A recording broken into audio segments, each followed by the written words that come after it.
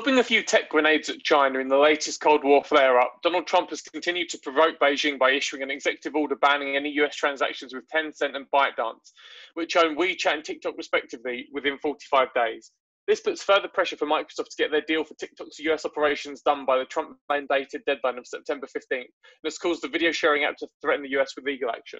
A handy distraction technique heading into November's election, the president has justified his actions by claiming China is using these companies to absolutely steal the data of American citizens. And that was only step one. Trump also slapped 11 Chinese and Hong Kong officials with sanctions, whilst having US Health Chief Alex Azar praise Taiwan's democracy in response to the pandemic in a move designed to rile up Beijing. This as China itself starts to aggressively enforce the new national security laws in Hong Kong, including the arrest of pro-democracy property tycoon Jimmy Lai. Plenty then for the US Trade Representative Robert Lighthizer and Chinese Vice Premier Liu He to discuss in a Tinderbox Trade Talks video conference on Saturday, the 15th of August. The worry from a market perspective surrounds what China will do in retaliation, especially since tensions between the two nations are already high following the tit-for-tat shuttering of consulates in Houston and Chengdu. A major escalation on the US-China front is the last thing investors want at the moment, and the global economy can't really deal with that kind of uncertainty given the COVID-19 pandemic and the damage that has wrought so far. Beyond the US-China tensions, which are arguably the more dominant market story at the moment, even over the coronavirus pandemic, there's also the issue of Congress's inability to agree on a fresh stimulus plan, with talks between Republicans and Democrats sort of a deadlock, and the fact that the number of COVID-19 cases in the United States has now crossed sort of an astonishing 5 million.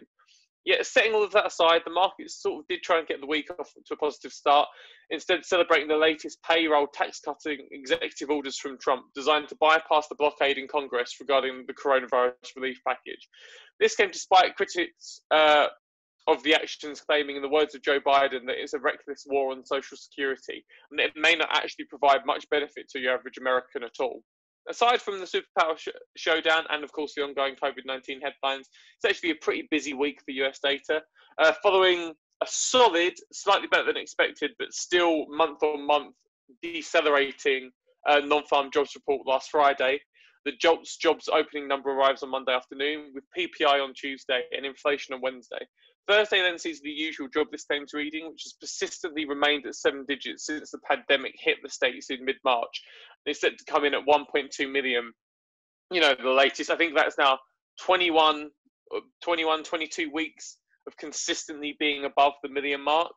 That's set to arrive on Thursday like normal, which will be joined by the latest import prices figure. Friday finally then ends with retail sales, industrial production, and consumer sentiment figures from the US.